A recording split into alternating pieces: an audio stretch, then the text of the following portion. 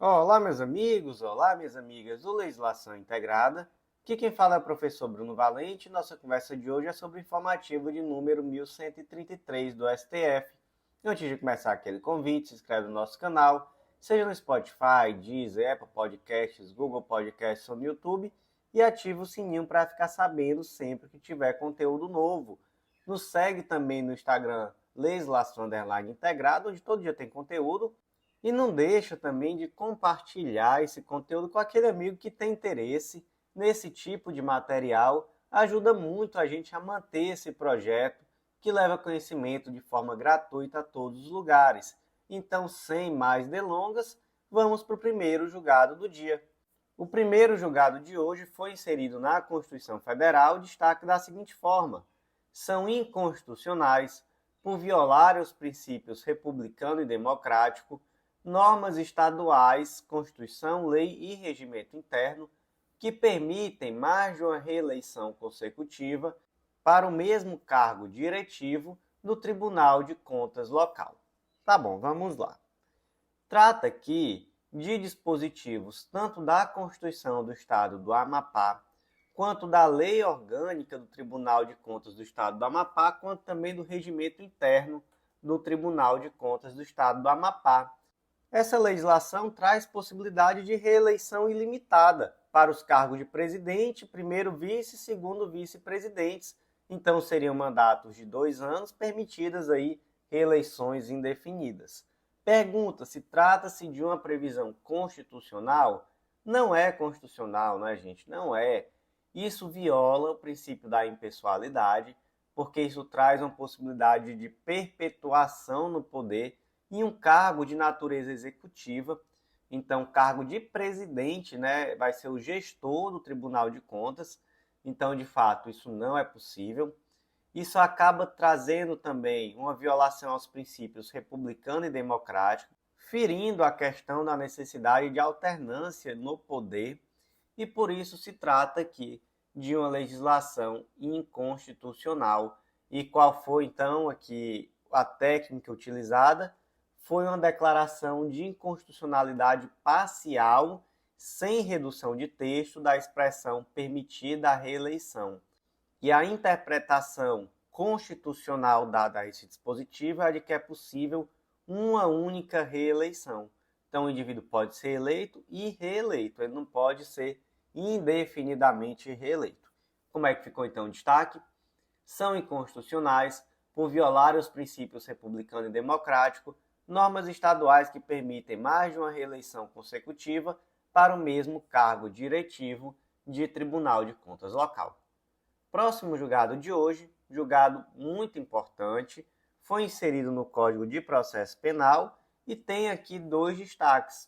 Primeiro destaque é constitucional, norma que permite, sem autorização judicial, que delegados de polícia e membros do Ministério Público requisitem de qualquer órgão do poder público ou de empresas da iniciativa privada o repasse de dados e informações cadastrais da vítima ou dos suspeitos em investigações sobre crimes de cárcere privado, redução à condição análoga à de escravo, tráfico de pessoas, sequestro relâmpago, extorsão mediante sequestro e envio ilegal de criança ao exterior.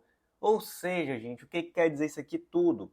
Quer dizer que é constitucional o artigo 13A do Código de Processo Penal. E o segundo destaque, eu já vou adiantar, ele diz que é constitucional o artigo 13B. Então, como é que ficou o destaque? É constitucional, norma que possibilita, mediante autorização judicial, a requisição às empresas prestadoras de serviço de telecomunicações e ou telemática da disponibilização imediata de sinais, informações e outros dados que viabilizem a localização da vítima ou dos suspeitos daqueles mesmos delitos. Então, é constitucional o artigo 13B do Código de Processo Civil. Tá bom, gente, vamos lá. Do que trata o artigo 13A e o artigo 13B? Foram dispositivos inseridos pela Lei 13.344 de 2016. Essa lei objetivou estabelecer diretrizes para a prevenção e repressão do tráfico interno e internacional de pessoas, Essa lei alterou o Código Penal, então trouxe lá o dispositivo do artigo 149-A, mas também alterou o Código de Processo Penal, e foi aqui no Código de Processo Penal, na verdade, que houve uma alteração mais sensível.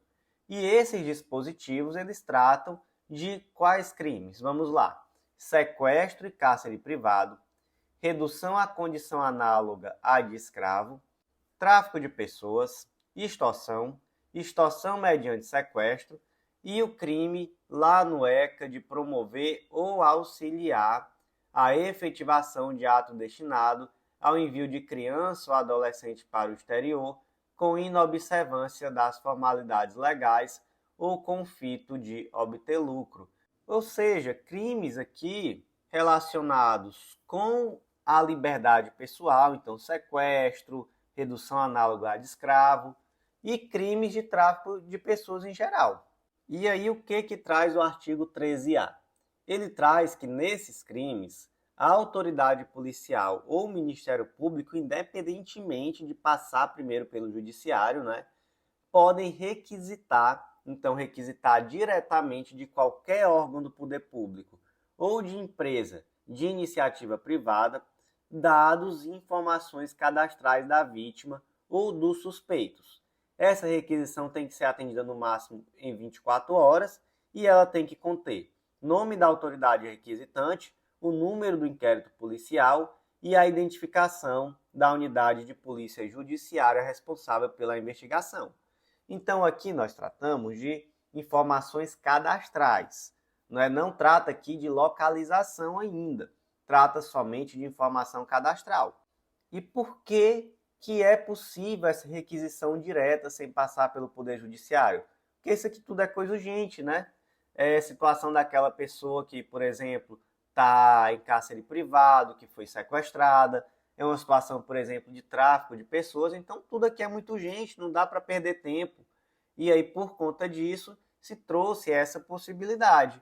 Isso é constitucional, gente? Isso é sim constitucional. Então, o STF disse que esse dispositivo é constitucional, que o direito à proteção à privacidade não é absoluto, que se trata aqui de uma ponderação de valores e que, nesse caso concreto, é uma medida extremamente necessária. Tá, e o artigo 13b? O artigo 13b trata dos mesmos crimes do artigo 13a. Então, no artigo 13b vem assim a expressão, em relação aos crimes relacionados ao tráfico de pessoas. Que crimes são esses? São os crimes do 13a. Vamos repetir, porque nunca é demais. Quais são esses crimes? Sequestro e cárcere privado, redução à condição análoga à de escravo, tráfico de pessoas, extorsão e extorsão mediante sequestro, além do crime no ECA de promover ou auxiliar a efetivação de ato destinado ao envio de criança ou adolescente para o exterior, com inobservância das formalidades legais ou com fito de obter lucro. E aí o artigo 13b já traz a requisição propriamente de localização. Então, é a requisição destinada à empresa prestadora de serviço de telecomunicação ou serviço telemático em geral, para a disponibilização imediata de sinal, informação ou outros dados que viabilizem a localização da vítima ou dos suspeitos. E aí, gente, como se trata aqui de localização, é um dado mais sensível do que aquele simples dado cadastral, mais sensível. Então, aqui é necessária a autorização judicial. Então, requer-se ao juízo e o juízo defere. Qual é o detalhe? Qual é o tal do pulo do gato aqui? O pulo do gato é que o juiz tem 12 horas para deferir.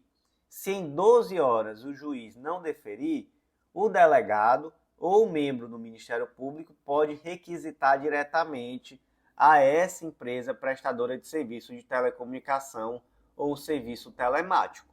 Esse aqui é o pulo do gato. Requereu, passou 12 horas, o juiz não deferiu, então já é possível a requisição direta.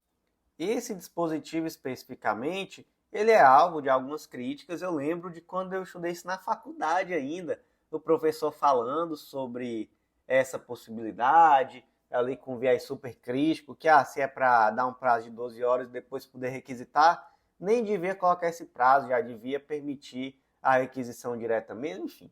O fato é que isso é constitucional ou não? Isso é constitucional. Isso é constitucional. Mais uma vez, entendeu-se que se trata de uma medida proporcional, então não há nenhuma inconstitucionalidade, nem no 13b como um todo, né, que permite a viabilização da entrega desses dados de localização, e nem o parágrafo 4º, que traz essa possibilidade da requisição direta, se não houver deferimento judicial em 12 horas. Gente, não vou reler o destaque, porque realmente é muito grande, mas vou fazer aqui uma releitura simplificada. Destaque do julgado: são constitucionais os artigos 13A e 13B do Código de Processo Penal. É isso. Seguindo em frente, então, como é que ficou o próximo destaque de hoje? Ele foi inserido também na Constituição Federal, é uma tese de repercussão geral, tema 953 do STF, e esse aqui teve um certo destaque na mídia, então eu acho que tem uma carinha aí de prova, eu acho que é possível que venha aí nos próximos concursos. Como é que ficou essa tese de repercussão geral? É constitucional a utilização de vestimentas ou acessórios relacionados à crença ou religião nos documentos oficiais, desde que não impeçam a adequada identificação individual com o rosto visível. Qual foi o caso concreto aqui, gente? O caso concreto foi uma ação civil pública movida pelo Ministério Público Federal contra a União e o Departamento de Trânsito do Estado do Paraná, a partir de uma representação que foi feita por uma freira que foi impedida de utilizar o hábito religioso na foto na hora de renovar a CNH dela. E qual era a justificativa do Detran? A justificativa é que não é possível você utilizar nada que cubra o rosto ou o cabelo, enfim, no momento de registrar a fotografia que vai ser utilizada em um documento de identificação. Há aqui uma questão relacionada à segurança pública e que por isso não seria possível abrir uma exceção para a freira que utiliza hábito religioso. Sabe o que isso aqui me lembra muito, gente? Não sei se vocês já assistiram aquela série no Netflix que trata sobre o assalto do Banco Central, eu acho que é do Netflix, sim. E tem uma parte que o delegado de polícia fala sobre um documento de identidade falsificado de um dos assaltantes. E ele conta, olha, esse indivíduo era tão afrontoso que no momento de falsificar o RG, ele colocou uma foto em que ele utilizava um boné. E aí, passou esse RG, ele utilizou e ninguém percebeu que tinha algo errado. Mas, por outro lado, esse boné que ele utilizou meio que descaracterizou. Então, ficou muito mais difícil para a gente conseguir formar um retrato falado perfeito dele, né? Conseguir formar uma imagem perfeita de como ele seria, porque ele se descaracterizou utilizando um boné no RG, que era a única fotografia que a gente tinha dele. Então, existe, gente, de fato, uma questão de segurança em relação à imagem utilizada no documento de identificação, especialmente hoje em dia que se utiliza biometria, né? Então, mais ainda hoje em dia. Então, veja só, nós temos aqui uma ponderação de valores. Segurança pública, que não é uma ponderação besta, de fato tem sentido, e, por outro lado, a liberdade religiosa. Pergunta-se o que prevaleceu. Nesse caso, prevaleceu a liberdade religiosa. Então, se entendeu que é sim possível que essa freira seja registrada lá, a foto dela, utilizando o hábito religioso. E eu não sei se vocês acompanharam, porque existe hoje um clima bem-humorado dentro do STF, que eu acho que nunca existiu no passado. Quem acompanha há um tempo o STF, há pouquíssimo tempo, na verdade, via umas falas de um ministro se referindo ao outro como mistura do mal com atraso, com pitadas de psicopatia.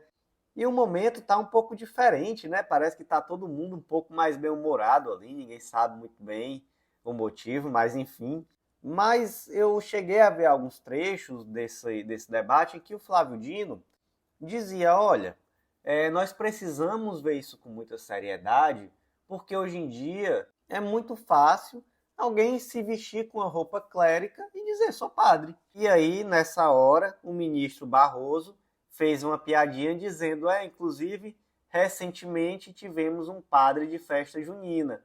Mas, gente, isso faz sentido mesmo, né? Porque, de fato, é muito fácil alguém dizer sou padre, ou então sou uma freira, quero essa foto aqui, fica descaracterizado no documento de identidade. Mas, de toda forma, o que prevaleceu foi, de fato, que era desproporcional essa restrição e que prevaleceria, então, a liberdade religiosa. Como é que ficou a tese? É constitucional a utilização de vestimentas ou acessórios relacionados à crença ou religião nas fotos de documentos oficiais, desde que não impeçam a adequada identificação individual com o rosto visível.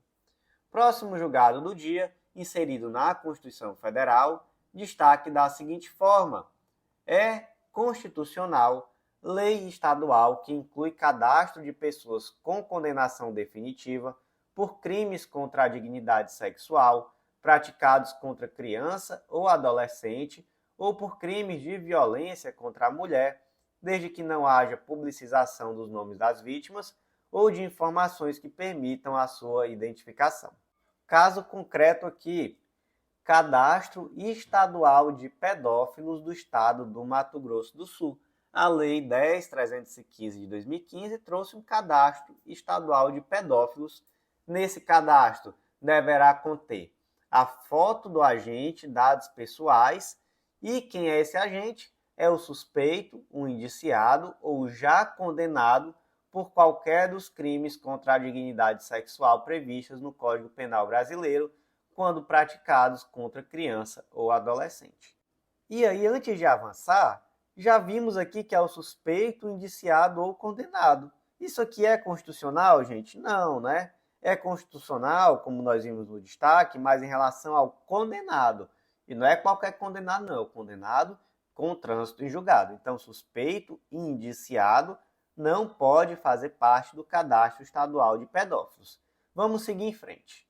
Pela lei, o nome e a foto dos agentes já condenados ficam disponíveis para consulta pública desde a condenação até a reabilitação judicial. Então tem aqui uma proporcionalidade, né? Desde a condenação até a reabilitação judicial. Por outro lado, qualquer delegado de polícia, investigador de polícia e demais autoridades pontuadas pela Secretaria do Estado de Segurança Pública terão acesso ao conteúdo integral do Cadastro Estadual de Pedófilos do Estado do Mato Grosso do Sul. Resumindo, temos um cadastro e uma parte desse cadastro, o cadastro teria quem? Então, suspeito, indiciado e já condenado, teria mais dados, mas parte desse cadastro estaria disponível na internet e a parte que estaria disponível na internet seria somente do já condenado e traria somente os dados pessoais e a foto do agente. Então, é constitucional? Gente, em partes, tá? Primeiro ponto é que o cadastro só pode existir em relação a condenados com trânsito em julgado. Ah, professor, mas não havia uma distinção aí feita na lei de que a parte publicizada seria só em relação ao indivíduo com trânsito em julgado e até a reabilitação? Mas mesmo assim, o STF entendeu que não era proporcional que uma pessoa que não é um condenado ainda faça parte de um cadastro de pedófilos, ainda que faça parte, né, da parte desse cadastro que está restrita somente ali ao sistema de justiça. Então, entendeu que não é possível. Tem mais algum ponto? Tem mais um ponto. Essas informações devem ser feitas de tal forma que não permitam a identificação de quem é a vítima. Tem que ter muito cuidado aqui para não revitimizar. Tirando isso, a lei é constitucional. Professor, mas formalmente a competência legislativa era do Estado mesmo? O STF entendeu que sim. Entendeu que trata de matéria de segurança pública, também matéria de direito processual, então competência concorrente para a legislação. Portanto, como ficou o destaque, É constitucional lei estadual que institui cadastro de pessoas com condenação definitiva por crimes contra a dignidade sexual praticados contra criança ou adolescente ou por crimes de violência contra a mulher, desde que não haja publicização dos nomes das vítimas ou de informação que permitam a sua identificação. Gente, um convite aqui muito rápido, muito especial. Tá gostando desse conteúdo? Então acesse legislaçãointegrada.com.br e vem fazer parte do Clube da Lei. Nós temos um material que integra a lei seca e a jurisprudência de uma forma super contextualizada e um material que é atualizado toda semana por esses mesmos informativos que eu comento aqui em formato de áudio. Vai ser um grande divisor de água dos teus estudos, um estudo completo e atualizado e super organizado de lei seca e jurisprudência, além de vários planos de leitura por carreira e por edital. Então, tudo que você precisa para um estudo completo e atualizado de lei seca e jurisprudência com o melhor custo-benefício do mercado. Vem também publicar com a gente, vem conhecer a Editora Integrada, você vai ver que é mais fácil do que você imagina e vai ver também que será um grande diferencial em uma futura prova de títulos. Por hoje foi isso, meus amigos. Eu agradeço muito a você que ouviu até o final. Não deixe de curtir, de compartilhar com aquele amigo. Ajuda muito a gente a manter esse projeto. E por hoje foi isso. Agradeço a você. Até a próxima.